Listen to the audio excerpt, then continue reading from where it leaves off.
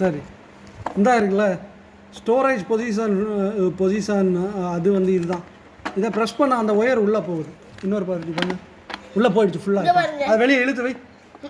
இழுக்க முடியுமோ உடச்சிருவியா? வை வை அப்படியே வை வை. இது அமுக்க வை. இது அமுக்க அந்த ஒயர் உள்ளே போகும். நான் ஃபுல்லாக போயிடுச்சு. இதுதான் அதுதான் storage position. Floor brush rail to fix the floor and carpet brush and extension tubes. அந்த எக்ஸ்டென்ஷன் கேபிள் தான் அப்படி சொல்லியிருக்காங்க. அடுத்தது வீல். இது வீல் நம்ம எல்லாருக்கும் தெரியும், இருந்தாலும் மென்ஷன் பண்ணியிருக்காங்க. நல்லது.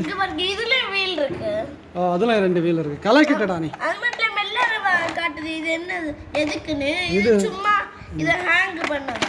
அதை ஹேங் பண்ணி நீங்கள் வைக்கலாம். ஓகே, இதை தனியாக அதை தனியாக வச்சு மிஸ் ஆகி தேடக்கூடாதுன்னு தான் வச்சுருக்காங்க. நல்லது.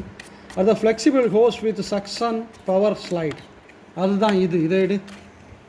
இதுதான் ஃப்ளெக்சிபிள் ஹோஸ்.